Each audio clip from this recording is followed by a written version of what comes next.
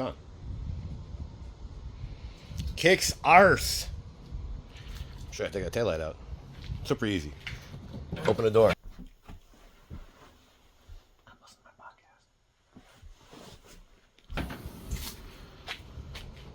210 mils, like I did over here. 210 mils. And gently, Wesley, there's 2 more push pins holding it in. See what I mean by gently? This goes in that hole. This goes in that hole. And if you'd like to completely unplug, well, here's the part number.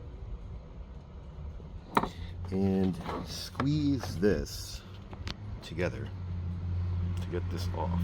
You can probably do it with your hand. You can do it with a tool. See, can I do it with my hand? Nah. Let's get a tool. No? What do you think? You see what you gotta see what you have to do? You have to push those little wings in. You see? There you go. And then unplug. Push in. See? Push in that little lined thing right there. And you pull out. Is it easier one end? No. Do it with both. So there you have it. Put it back in. Oh, let's plug this guy back in, because we don't want to know that we were ever here and do it the right way. You heard the snap? Here you go.